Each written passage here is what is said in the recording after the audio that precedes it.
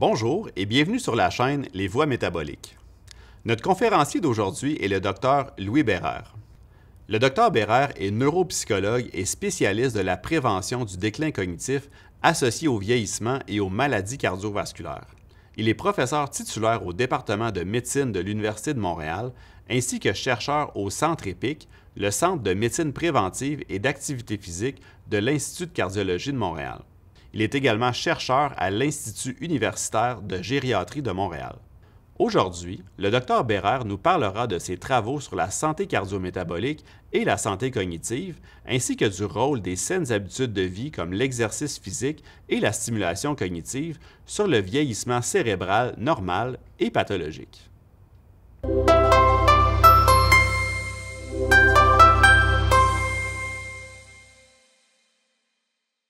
Merci tout le monde pour votre présence. Écoutez, j'ai préparé beaucoup de matériel. Je vais essayer de passer ça en 40-45 minutes max. Puis comme ça, on aura le temps de discuter si jamais il y avait des questions. On va parler d'habitudes de vie, de santé cognitive, puis avec un axe, avec un focus un peu plus accentué sur la santé métabolique. Mais vous allez voir qu'il y a des choses qui se généralisent à d'autres types de facteurs de risque associés aux maladies chroniques et aux maladies cardiovasculaires. Alors, je vais commencer par dire que j'ai aucun conflit d'intérêt. Les données dont je vais vous parler viennent de subventions de recherche avec comité de révision par les pairs. Donc, je me suis mis comme objectif d'établir les liens entre la santé métabolique et la santé cardiovasculaire et la santé cognitive. Reconnaître les éléments à mettre en pratique pour dépister et prévenir les troubles cognitifs qui peuvent apparaître au cours du vieillissement normal et expliquer les effets du style de vie, notamment de l'exercice physique, mais du style de vie en général. On va finir avec ça sur la santé cognitive et cérébrale et présenter avec un peu plus de précision certains programmes d'exercice qui ont montré des effets protecteurs, mais aussi des effets pour améliorer la santé cognitive, la performance cognitive des personnes âgées. Peut-être juste en guise d'introduction, vous rappelez qu'il y a un vieillissement accéléré de la population, vous le savez. Donc, vous voyez ici à gauche, ça, c'est des données assez récentes, des projections, où on voit que les personnes de 70 ans et plus sont en augmentation importante dans la population. Je vais vous mettre un petit curseur ici. Euh, et on voit donc que par rapport aux gens de moins de 70 ans, là, c'est les 70 ans et plus qui augmentent de façon drastique. On projette qu'en 2100, là, une forte proportion de la population va avoir 70 ans et plus. C'est une bonne nouvelle. On va vieillir à peu près 3 mois selon certaines estimations, 3 mois de plus par année. Donc, l'espérance de vie augmente constamment et ça dans tous les pays. Par contre, ce que l'article met en évidence ici, c'est le fameux Healthy Gap ou le Health Span Gap qui reste très important. C'est-à-dire que partout dans le monde, il reste que même si l'espérance de vie augmente, l'espérance de vie en bonne santé n'augmente pas aussi rapidement, de sorte que nos personnes âgées vivent avec 10 ans au moins de maladies chroniques partout dans le monde. Au Canada, c'est un petit peu plus important que ça. En fait, ça, c'est des données qui datent un peu de 2015. Vous voyez, encore une fois, pour les hommes et les femmes, une augmentation linéaire de l'espérance de vie. Par contre, quand on corrige pour l'espérance de vie sans maladie ou l'espérance de vie en bonne santé, on voit que cette augmentation-là est moins linéaire. Et en fait, même que le gap, donc cet écart entre les deux, tend à augmenter. C'est-à-dire que maintenant, au Canada, c'est plutôt 12 ans d'espérance de vie avec une maladie qu'il faut compter. Donc, ça veut dire que oui, on vit plus longtemps, mais la médecine fait un très bon travail pour garder tout le monde en vie, mais il reste que les maladies chroniques, et notamment celles qui sont évitables, qui sont plutôt associées au style de vie, sont en forte croissance. Bon, évidemment, on pourrait parler de toutes les maladies chroniques. Moi, ce qui m'intéresse, c'est leurs retombées ou les effets que ces maladies ont sur la santé cognitive. Évidemment, quand on parle de santé cognitive, ce qui fait peur à tout le monde, c'est la démence. Et on veut l'éviter, mais bien avant ça, et mon focus comme neuropsychologue, c'est beaucoup plus la prévention des troubles neurocognitifs, donc avant qu'ils deviennent des troubles neurocognitifs majeurs. Alors ici, vous avez une illustration à droite là, de ce à quoi pourrait ressembler un cerveau qui souffre de démence avec un élargissement des ventricules important, une réduction de la matière grise, du volume cérébral total. Donc, on peut imaginer beaucoup de liquide céphalorachidien pour maintenir tout ça en place, alors qu'à gauche, sur l'image, vous avez un cerveau en bonne santé. Et évidemment, vous allez voir que les maladies chroniques, notamment les maladies métaboliques, ont un impact là-dessus et accélèrent le déclin cognitif. sans nécessairement provoquer de la démence chez un individu, mais en augmentant les risques, puisque ça augmente les troubles neurocognitifs, même modérés ou même mineurs. Euh, Ici, peut-être, j'ai mis beaucoup de références hein, pour ceux qui veulent pousser un petit peu plus loin. Ici, une revue de Narrative Review qu'on appelle, qui a été publiée en 2025, il n'y a pas longtemps, il y a quelques semaines. On rappelle que le déclin cognitif, en fait, il est constant dans le vieillissement, même normal. On parle d'une diminution de la vitesse de traitement de l'information, une diminution de la mémoire de travail, une diminution de la mémoire à long terme aussi dans le grand âge. Mais aussi une augmentation de certaines fonctions cognitives, hein, les connaissances générales, le vocabulaire, le langage peuvent augmenter. Et pourquoi on sait que ces mécanismes-là plus fluides, que sont la vitesse de traitement, les fonctions exécutives, la mémoire de travail, pourquoi ils diminuent? Ben, l'hypothèse courante, c'est qu'il y a un déclin du volume cérébral, comme j'en ai parlé un petit peu plus tôt, mais aussi une neuroinflammation chronique et une hypoperfusion progressive qui est surtout associée aux maladies chroniques. Cette inflammation-là et cette hypoperfusion, probablement associée aussi à une dysfonction vasculaire, va passer la barrière hémato-encéphalique et atteindre le cerveau éventuellement. Alors, ce sont des hypothèses. C'est très dur de mesurer tout ça au niveau cérébral et il n'y a pas beaucoup d'études qui supportent ça de façon très solide, mais ça reste quand même que des preuves pour montrer que, on va le voir aujourd'hui, que quand un patient montre des problèmes, notamment même du prédiabète, ou encore des problèmes vasculaires, on voit déjà des déficits s'installer. Il faut voir aussi, je vais le dire tout de suite, l'un des principaux facteurs prédicteurs des troubles neurocognitifs avec l'âge, c'est l'âge. Mais le deuxième, c'est le fait d'avoir des troubles mineurs, donc d'avoir des troubles caractérisés et par rapport à la norme. Quand on identifie un patient qui a des troubles légers de la cognition, on sait que ce patient-là a plus de chances d'évoluer vers un trouble neurocognitif majeur, mais il y a aussi beaucoup de patients qui sont régularisés, c'est-à-dire qui redeviennent à la normale. Donc, il y a vraiment une fenêtre d'action là, sur laquelle on peut jouer. Un fait important qui est intéressant de regarder, c'est comment le trouble neurocognitif s'installe dans le continuum de maladies cardiovasculaires. Hein. Si on part des facteurs de risque cardiovasculaires jusqu'à le début d'une maladie coronarienne, un infarctus du myocarde et même de l'insuffisance cardiaque, ben, on voit que dans la littérature, c'est assez bien supporté que dès qu'on s'intéresse aux facteurs de risque, hein, un peu les facteurs de risque classiques, hein, que sont ceux qui sont non modifiables et ceux qui sont modifiables. J'ai parlé de l'âge qu'on ne peut pas modifier, mais ceux qu'on peut modifier, hein, comme les triglycérides, le cholestérol, le bon versus mauvais cholestérol, l'hypertension, le diabète, qui sont ceux-là sur lesquels on peut agir, sont associés à des troubles cognitifs. Par exemple, c'est une étude de 2022 publiée au Canada avec presque 10 000 patients, hein, où on a mesuré ici la composition corporelle et on a vu que la composition corporelle, même générale, là, donc juste quand on mesure la disponibilité viscérale, on voit qu'on est capable de prédire d'une certaine façon certains déficits cognitifs. On voit ici que les patients qui sont dans le quatrième quartile de la disponibilité montrent déjà un déclin de performance au niveau de la vitesse de traitement de l'information. C'est vrai chez les femmes et chez les hommes. Donc, versus les gens du même âge qui ont moins de disponibilité, on voit déjà des déficits.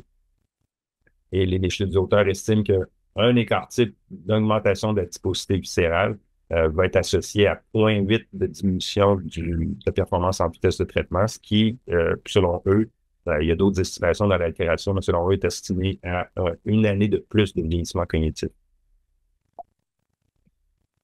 Ça, c'est une étude que nous avons fait il y a quelques années déjà. On a utilisé le DEXA, le IDEXA pour la composition corporelle. Puis déjà, nous, on avait remarqué que chez les hommes, entre autres, donc une diminution de la masse maigre qui s'accompagne généralement d'une augmentation de la masse grasse est associée à une diminution des performances au MoCA. Je pense que tout le monde sait qu'est-ce que le MoCA. Le MoCA, c'est une échelle, c'est un outil de screening pour les troubles cognitifs, pas hyper précis, mais qui permet quand même d'identifier des patients avec troubles légers de la cognition. Donc, déjà chez les hommes, la composition corporelle était associée chez des gens qui, en moyenne, avaient 69 ans, donc hein, entre 65 et 75 ans, notamment en bonne santé aussi, sans trouble neurocognitif apparent. Déjà, la composition corporelle était associée à des déficits.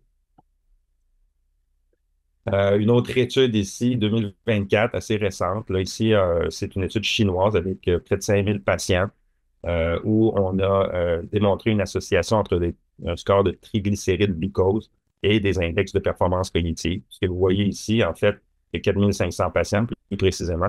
Ce que vous voyez ici, c'est qu'il y a une cassure hein, quand on augmente dans ce score de triglycérides glucose.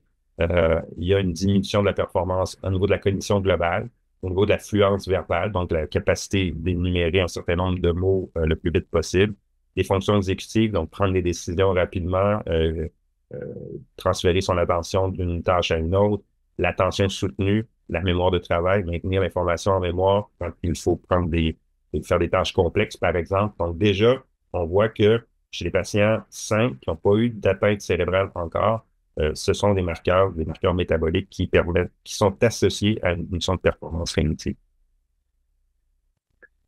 Un autre article qui est sorti, ça c'est, je pense, juste avant les fêtes, où on résume, encore une fois, c'est une revue, mais on résume ici, puis on va revenir là-dessus, donc je passe rapidement, mais certaines explications pathophysiologiques qui pourraient expliquer les troubles cognitifs, mais qui résument un peu aussi ce que je viens de vous dire, c'est-à-dire que l'attention, la vitesse de traitement, très rapidement touchée, les fonctions langagières également.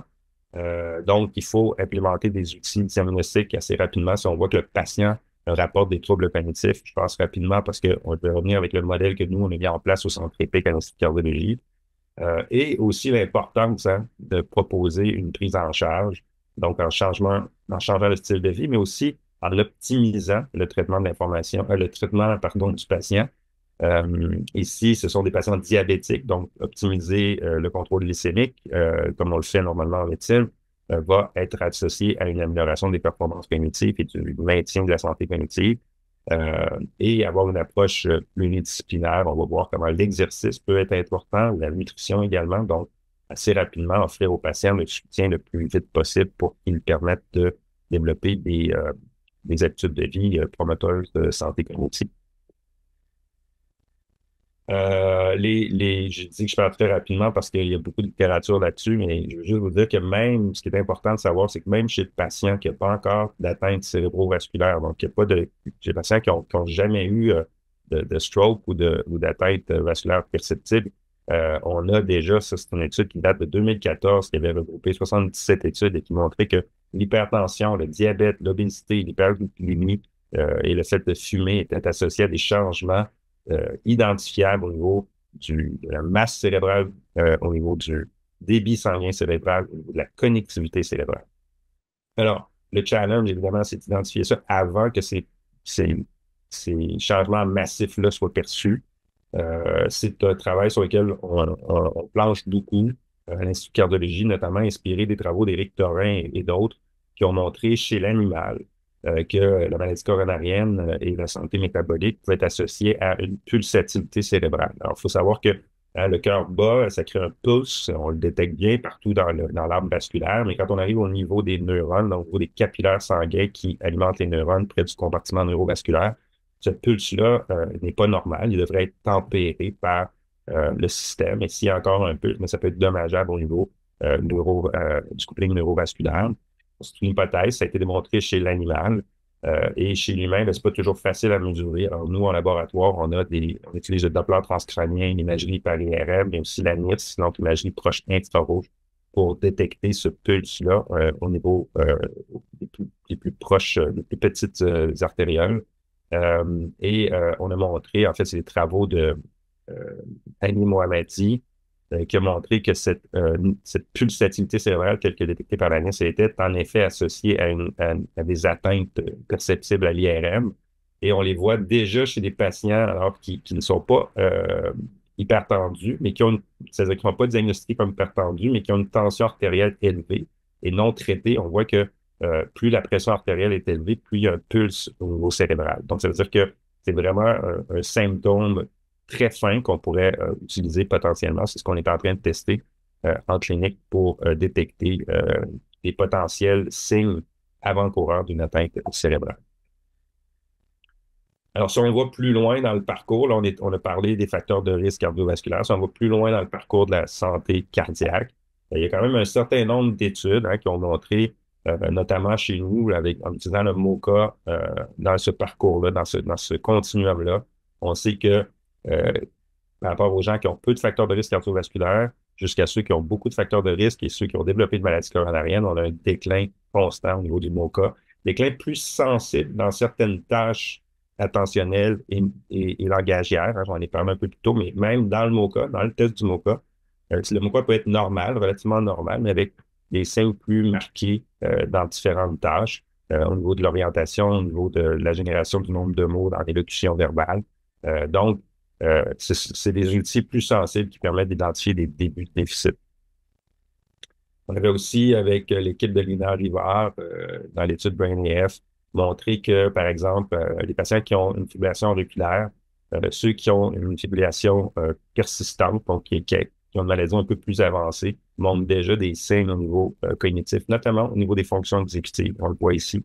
Et même que ces signes-là sont associés linéairement avec une augmentation du volume du ventricule gauche, donc potentiellement avec une aggravation de la maladie. Donc, ça veut dire qu'il y a vraiment un lien direct qu'on a démontré entre l'aggravation de la maladie et les troubles neurocognitifs qui sont relativement légers. Alors, je ne parle pas de troubles qui sont associés à une démence, sinon des troubles neurocognitifs majeurs, mais des déficits qui sont néanmoins documentés par rapport à la norme. On sait dans les grandes études, c'est une étude de 2023, que même chez un patient qui n'a jamais eu d'infarctus, qui n'a pas de démence, qui n'a jamais eu d'atteinte cérébrovasculaire, le fait d'avoir eu un événement cardiaque le met sur un pattern de déclin différent. Ça, c'est un suivi sur 20 ans. Et on voit le moment où un patient a vécu un événement cardiaque versus, on peut l'imaginer ici, versus un vieillissement normal. Donc, ce qu'on voit ici, c'est que la courbe de vieillissement change complètement. Donc, un patient chez qui il y a l'occurrence d'une maladie cardiaque va vivre un vieillissement accéléré selon ses études. Et on pense souvent que quand la maladie arrive tard, il faut être très vigilant. Mais en fait, si la maladie arrive tôt, en tout cas selon certaines études, dont celle du UK Biobank, si la maladie arrive tôt, il y a plus de chances chez le patient d'avoir une démence tardivement, potentiellement parce que la maladie est arrivée tôt et qu'elle crée des dommages plus importants. On voit ici que chez les patients qui ont eu une atteinte cardiovasculaire à moins de 45 ans ont 2,4 fois plus de chances en risque relatif de développer une démence au long cours. Alors, ça, c'est un statement qui a été publié juste en 2024, vers la fin de l'année, par l'American Heart Association, qui justement résumait que dans la littérature actuelle, il y a au moins 3 types de maladies cardiaques qui sont bien documentés comme augmentant les facteurs de risque de troubles cognitifs, mais aussi les risques de démence à long terme. Donc, la maladie coronarienne, comme je viens de le montrer, la fibrillation auriculaire, puis aussi l'insuffisance cardiaque. Dans le cas de l'insuffisance cardiaque, certaines études suggèrent que les patients insuffisants cardiaques ont 40 à 60% plus de chances que les gens du même âge de développer une démence dans le grand âge. On voit aussi que tôt dans l'avancement de la maladie, il y a des marqueurs biologiques qui pourraient être utilisés. C'est encore très expérimental. Les travaux de Claudine Gauthier à l'Institut de cardiologie ont montré que quand on compare des patients coronariens à des patients contrôle matchés pour l'âge et le style de vie, etc., on voit que chez les patients coronariens, il y a une baisse du débit sanguin cérébral. Il y a une baisse de la réactivité cérébrovasculaire, de la consommation, d'utilisation donc de l'O2 au niveau cérébral et une augmentation de la fraction d'extraction d'oxygène. Quelque chose on voit ça chez les patients qui ont des atteintes cérébrovasculaires comme des strokes, par exemple. On va voir ça de façon locale. On voit ici chez le patient, c'est qu'il y a déjà cette réaction-là au niveau cérébral qu'on voit, alors que les patients sont exempts de toute atteinte cérébrovasculaire documentée. Donc, ce sont des facteurs de détection potentiels qui sont à l'étude présentement. Sur le plan comportemental, nous, ce qu'on suggère, c'est qu'on a publié une prise de position dans le Canadian Journal of Cardiology avec Christine Gardon, qui est neuropsychologue dans l'Institut de cardiologie. Ce qu'elle propose, c'est un arbre décisionnel là, pour les cliniciens qui sont là aujourd'hui, qui se disent, bon, ben, comment j'aborde ça avec mon patient sans le faire paniquer? On propose, c'est un article qui est disponible, là, puis on propose certaines questions à poser, puis garder le dialogue ouvert avec le patient. Le patient qui a une maladie chronique, on va le suivre longtemps. Donc, poser la question, est-ce qu'il s'est passé quelque chose dans les dernières années? Est-ce que vous sentez des changements sur le plan cognitif? Et documenter ces changements-là. Est-ce que vous pensez que votre attention, votre réflexe, votre capacité de penser a été changée? Est-ce que ça impacte votre vie de tous les jours? Sinon, on garde le dialogue ouvert. On en reparlera la prochaine fois. On s'assure qu'on monitore ça. Si oui, ben, on recommande de faire un screening neurocognitif, au minimum le MoCA. Donc, une infirmière peut passer le MoCA, un médecin peut passer le MoCA. Si le MoCA n'est pas normal, ben là, on recommande une investigation neuropsychologique plus approfondie. Ça aura plusieurs effets. D'abord, de pouvoir documenter quelles sont les forces et faiblesses de ce patient-là. Aussi, de cibler ces troubles cognitifs-là et de voir comment ils peuvent impacter la gestion de l'autogestion de la maladie et comment donc on peut assister le patient. Euh, donc, évidemment, il faut considérer l'ensemble du dossier. Le patient, lui, il y a d'autres facteurs de risque de troubles cognitifs associés qui sont pas nécessairement sa maladie cardio-métabolique. Hein, on pense à l'âge, un patient d'un certain âge.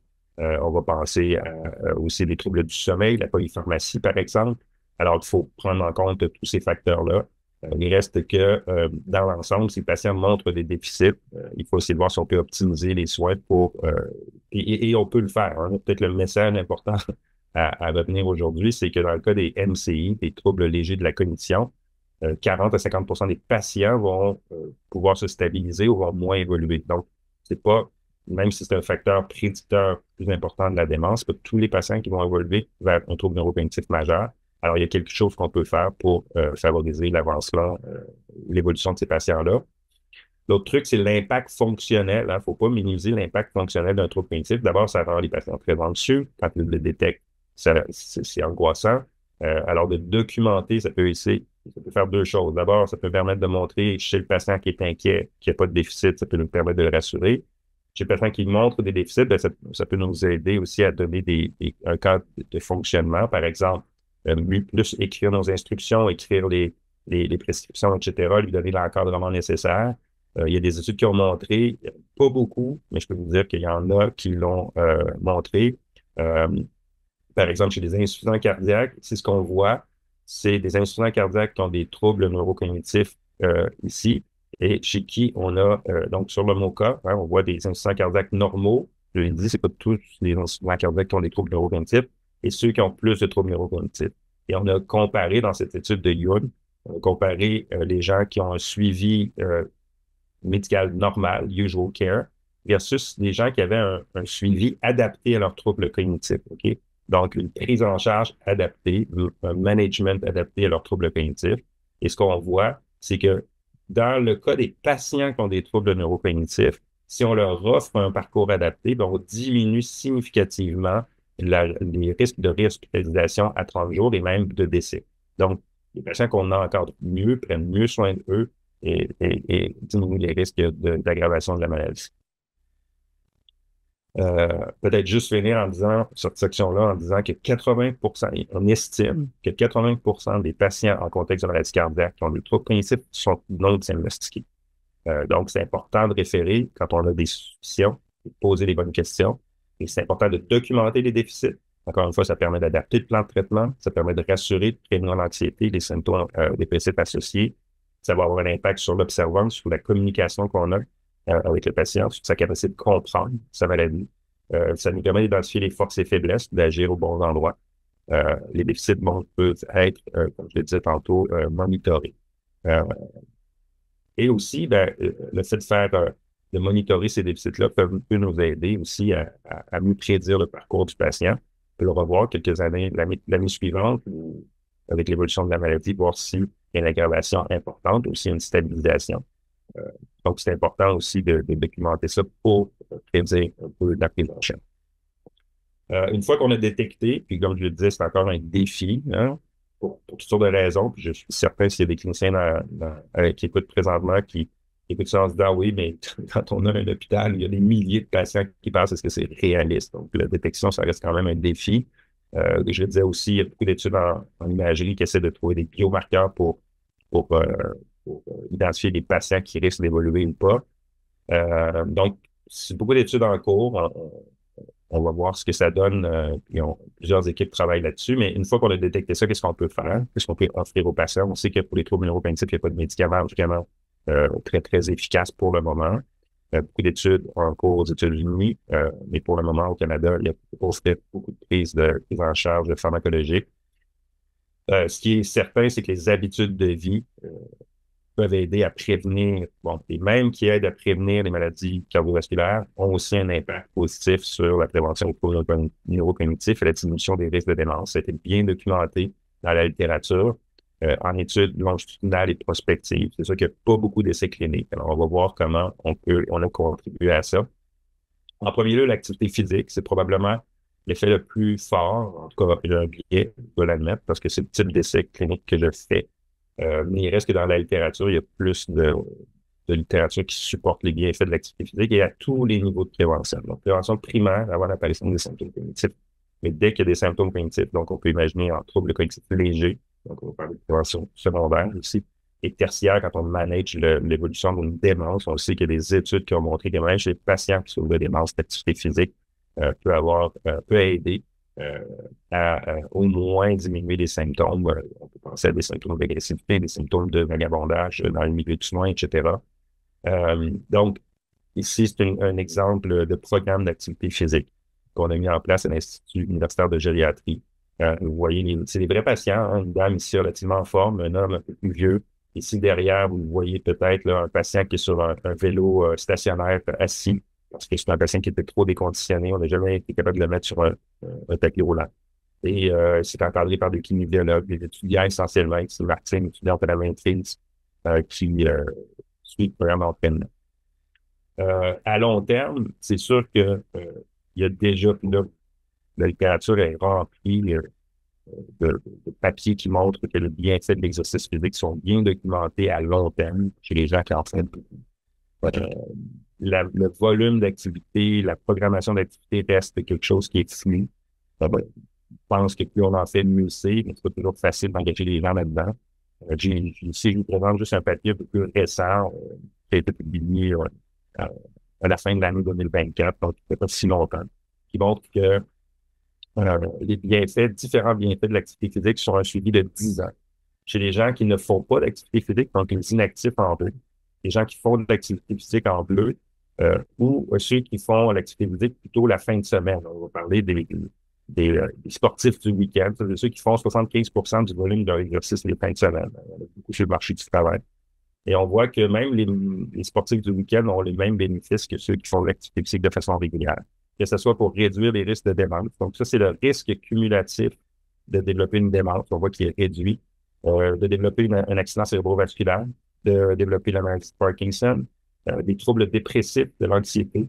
On voit que ces facteurs-là, parce que ces troubles-là, sont diminués quand on compare des gens qui ont beaucoup d'activité physique. On va parler de l'activité physique modérée à intense, 150 minutes et plus par semaine. Et même si c'est surtout le week-end, ben, ça a des effets positifs, qui suggère que le volume est relativement important. Beaucoup d'études, ça c'est la dernière à laquelle j'ai participé, c'est toute une revue de questions qui a été publiée en 2024, où on montre que il y a beaucoup d'études animales, surtout, qui montrent que plusieurs types de molécules neurotrophiques sont libérées lorsqu'on fait de l'exercice. Il y a un terme désigné pour ça, on les appelle les exerkines. On sait que les muscles, principaux muscles, vont libérer des myokines, des cardiokines qui sont libérées par le cœur, des hépatokines. Plusieurs de ces molécules ont des effets bénéfiques sur la neurotrophie. On a identifié certaines de ces molécules qui maximisent le BDNF et qui lui-même va maximiser la neurogénèse dans le modèle animal, l'angiogénèse, la synaptogénèse également. C'est que ça augmente aussi certains neurotransmetteurs. Pas surprenant donc que dans les études à long cours, on voit des changements au niveau structurel. Les patients qui font de l'exercice physique sur une base plus régulière, très âgés, ont un moins grand éclat au niveau du volume cérébral, tant au niveau de la matière grise, de la matière blanche et même au niveau de la connectivité cérébrale. Au niveau fonctionnel aussi, quand on les teste dans des études d'imagerie cérébrale, lors de tâches de mémoire et d'attention, il y a un meilleur recrutement des régions associées aux tâches. Ce qui suggère que la réactivité cérébrovasculaire est essentiellement mieux soutenue chez les patients qui font de l'exercice physique. Ça, c'est une étude de notre groupe, Annie Mohammadi, qui avait démontré un peu plus tôt que je vous ai montré ces études sur la pulsatilité cérébrale. Bien, ici, elle montre que cette pulsatilité cérébrale, après 12 mois d'exercice, est significativement diminuée au niveau frontal chez les patients. De ça, ici, vous avez la différence de pulsatilité entre avant en T0 et après en T12 lors d'un test de match chez des patients qui ont fait 12 mois d'exercice physique. Dans plusieurs études, c'est un regroupement d'études qu'on a publié en 2021, où on montre que, bon, évidemment, la question qu'on se pose, c'est qu'est-ce qu'on doit améliorer en activité? Est-ce que juste aller marcher, ça vaut la peine? Est-ce que faire du lèche-vitrine dans les magasins? Est-ce que 5-10 minutes de marche, ça fonctionne? En fait, dans les grandes études, je dois vous dire que dès que le patient marche 10-15 minutes par jour, en études prospectives, on voit des diminutions de risque de développer des troubles neurocognitifs. Par contre, dans les études d'intervention, et c'est le cas ici, c'est un petit peu plus difficile à démontrer. Ici, ce sont des études, un groupe d'études dans lesquelles il y avait 3 mois d'exercice prescrit et supervisé. Et ce qu'on a fait, c'est qu'on a testé la VO2 préposte, donc la capacité cardio-respiratoire. On a réussi à démontrer que c'est vraiment un des facteurs qui explique le plus l'amélioration des fonctions cognitives. Donc, ça prend un entraînement relativement soutenu, modéré à intense, qui va engendrer une amélioration de la santé cardio-respiratoire.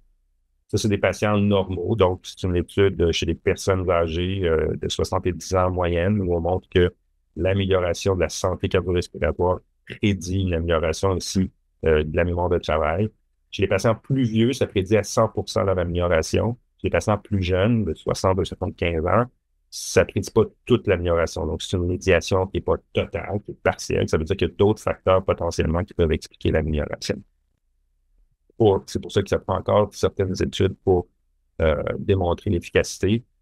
Ici, c'est une étude de Florent Beignet, postdoc dans notre équipe, qui montre que là encore, la VO2, hein, on le voit ici, c'est un médiateur des différences de performance cognitive en fonction exécutive entre les patients normaux et les insuffisants cardiaques et entre les patients qui ont eu une transplantation cardiaque et leur contrôle.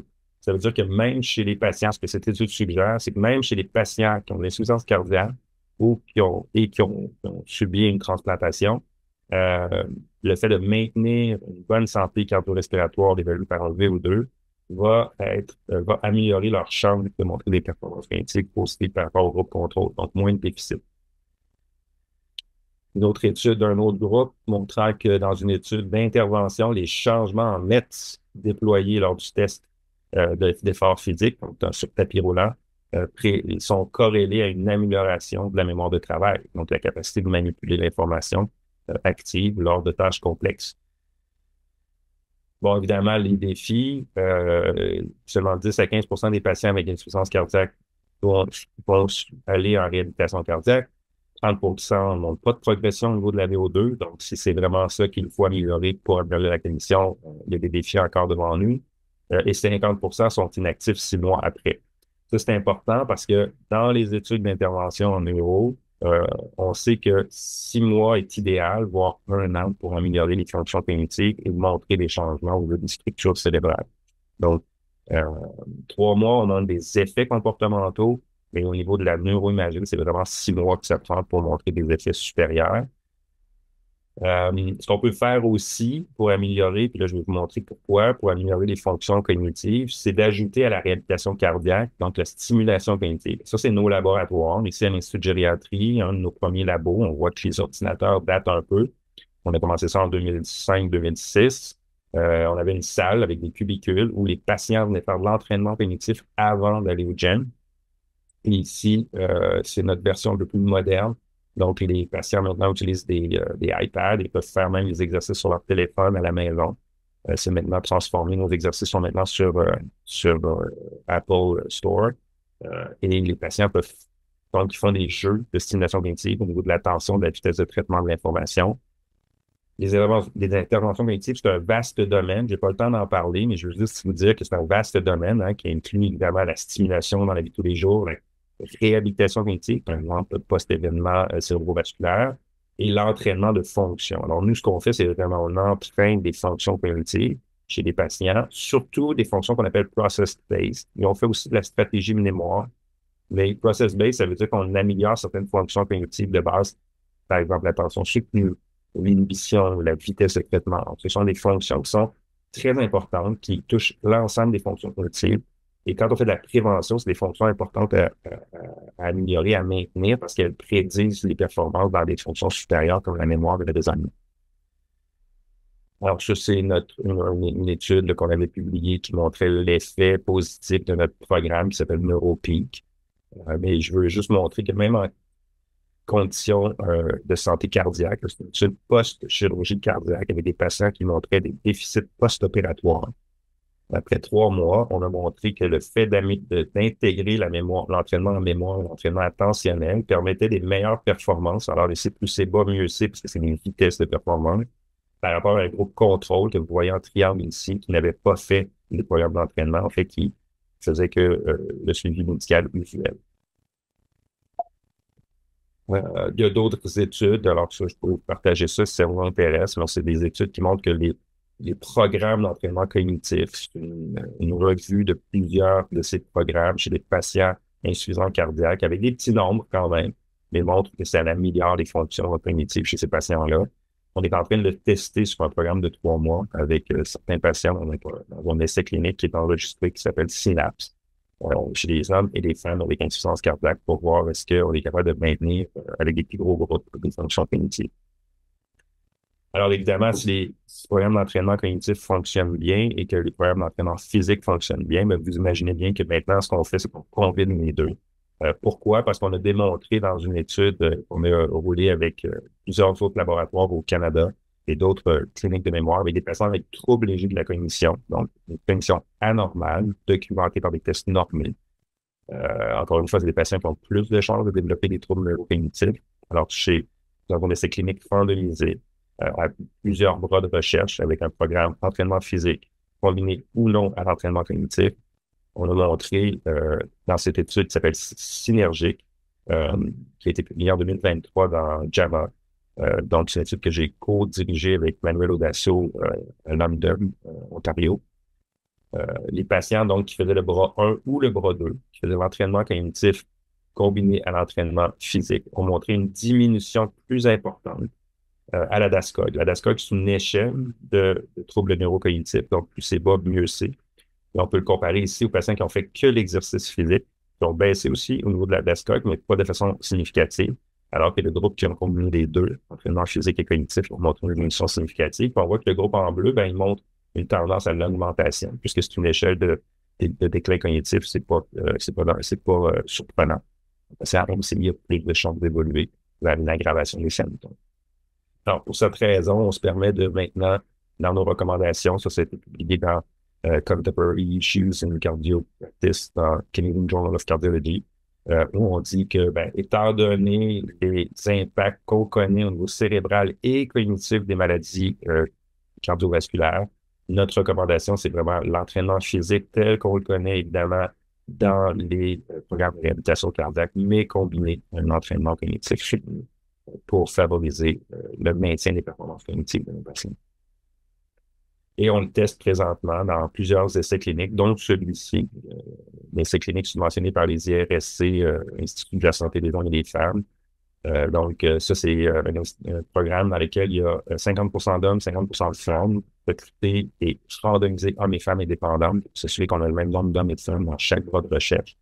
Et là, on veut voir est-ce que nos patients, hommes et femmes, bénéficient du programme d'entraînement physique et cognitif de façon supérieure par rapport à un programme de réhab cardiaque seul, qui serait d'une durée de 6 mois, ou un programme de réhab standard, comme on l'offre dans certains hôpitaux où ils l'offrent, qui est généralement un programme de 3 mois, 2 fois semaine. Ça, c'est le programme classique qu'on a en réhab cardiaque. Alors, on le compare. Présentement, l'étude est en cours. On a presque la moitié du recrutement fait. À un programme de 6 mois ou un programme où on a ajouté la cognition. Alors, je peux peut-être prendre 2 minutes pour vous montrer un exemple d'une patiente qui a fait un tel projet pilote. Donc, une dame de 71 ans chez qui on a détecté une qui souffrait d'insuffisance cardiaque chronique avec fraction d'éjection préservée. Donc, on a ce programme où on compare chez qui on a un programme d'entraînement physique et d'entraînement cognitif. Donc, et ici, vous voyez un peu le contenu de notre programme où on combine l'intensité modérée de façon continue, mais aussi la haute intensité de façon par intervalle, donc le HIIT training. Vous voyez que cette patiente-là, en 6 mois, a montré une nette amélioration de sa VO2 de façon très importante. Elle marche mieux, hein, plus soutenu aux 6 minutes walk test, une performe mieux au time up and go. Et ça, c'est accompagné avec une amélioration du MoCA de façon générale. On est passé de patients de troubles légers de la cognition à la zone normale et aussi une amélioration substantielle des performances en mémoire de type. Donc, ça, c'est un essai, c'est un projet pilote qu'on avait fait avant de lancer l'étude. Le message clé, donc, les facteurs, avant de passer à quelque chose d'un peu plus général, je vais conclure sur des généralités un peu plus sur la santé cognitive, mais de ce que je vous ai présenté jusqu'à maintenant, les facteurs de risque cardiovasculaire et les maladies cardiovasculaires sont associés à un risque accru de troubles cognitifs légers, mais aussi pour les patients ont plus de chances de développer des symptômes neurocognitifs majeurs. Le dépistage, des déficits cognitifs est important. D'abord pour aider le patient, le rassurer, mais aussi lui offrir un parcours de soins adapté, mais également aussi pour documenter l'avenir du patient. Parce que si 2-3 ans plus tard, on a un déclin important, on aura une base de documents pour savoir est-ce que ce patient-là il a évolué négativement ou est-ce qu'il est relativement stable. L'activité physique et la stimulation cognitive sont des moyens éprouvés maintenant pour améliorer la cognition de ces patients-là. Et évidemment, les interventions multimodales, combinant l'activité physique et la stimulation cognitive, mais aussi d'autres facteurs comme la nutrition, la gestion du stress, le sommeil, peuvent aider à améliorer la performance cognitive. Alors, les autres facteurs ont moins été démontrés dans les essais cliniques, bien documentés, mais dans les longues études, les études longitudinales et prospectives, on a assez bien démontré qu'une alimentation saine, type méditerranéenne, mais ajoutée avec un peu plus de flavonoïdes, par exemple, on va penser à une alimentation méditerranéenne, mais dans laquelle on ajoute des fruits, des petits fruits, les berries notamment, et aussi le thé vert, donc qui va augmenter l'apport en antioxydants. C'est le cas, entre autres, du régime MIND, qui a été démontré dans les études longitudinales comme étant associé à un moindre risque de déclin cognitif. Le sommeil aussi, de plus en plus étudié, la réduction du stress, les interactions sociales, on sait, sont associées à une augmentation du risque de déclin cognitif.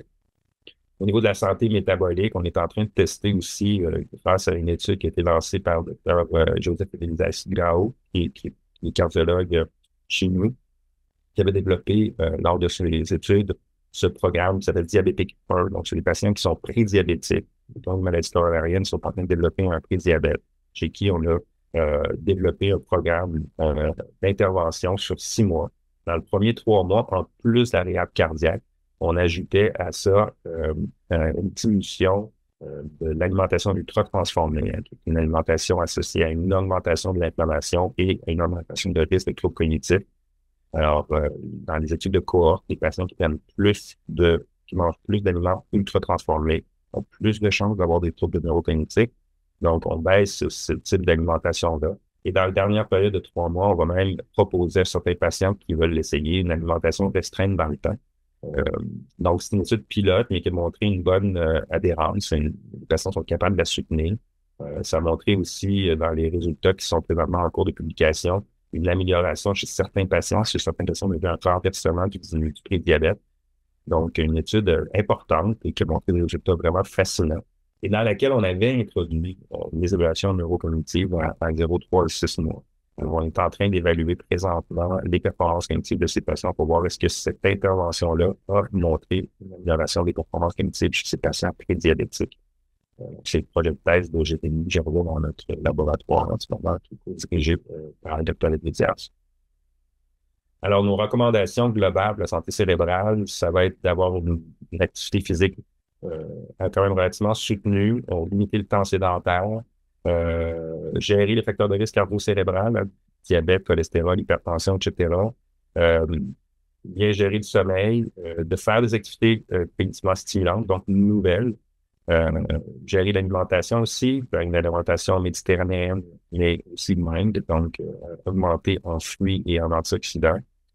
Gérer aussi les troubles perceptifs, j'en ai pas parlé beaucoup, mais ce sont aussi des facteurs associés à l'augmentation des risques de démence, donc les troubles de l'audition, les troubles de la vision, et augmenter les interactions sociales le plus possible parce qu'on sait que l'isolement social est associé à un risque augmenté de déclin cognitif.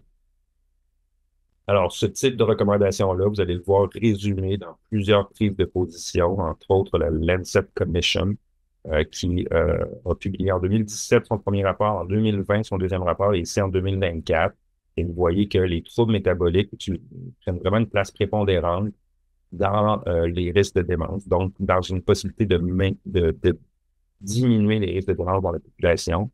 Et on pense qu'on peut diminuer jusqu'à 45 les démences dans la population en général si on changeait le style de vie, les habitudes de vie des personnes pour mieux gérer, entre autres, les maladies chroniques, cholestérol, diabète, hypertension, etc., mais aussi le style de vie en mieux avoir l'activité physique, meilleure alimentation, moins d'alcool, plus de stimulation cognitive. Et là, ici, vous avez des hypothèses sur les différents facteurs que ces styles de vie-là vont influencer, réduction de l'inflammation, diminution des maladies neurovasculaires, construire une réserve cognitive, et tout ça ensemble pourrait diminuer les risques de démence et prévenir la démence dans la population.